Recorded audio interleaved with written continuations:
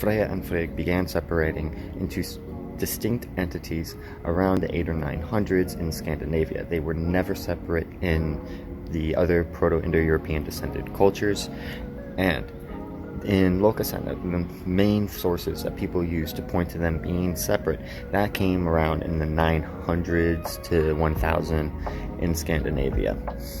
Most other sources that have them being separate entities were written after Christianization began to take hold within Scandinavia, or even after Christianization of Iceland.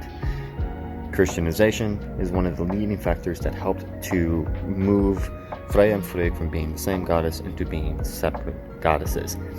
Now, one of the key ways that we do know that they were originally the same goddess is because of the god Odr being married to Freya.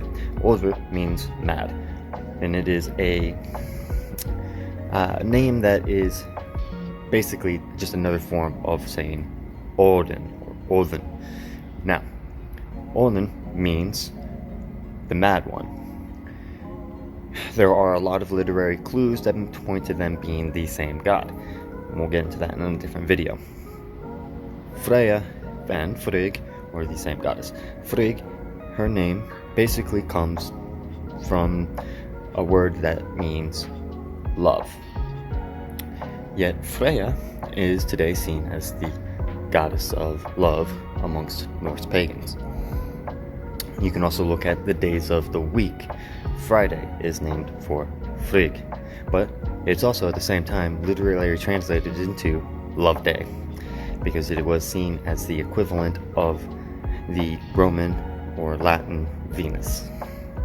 There's a whole lot of evidence to prove that Freya and Frigg are the same goddess. In fact, I will link a few videos from Jackson Crawford and Arth Harger in the description down below.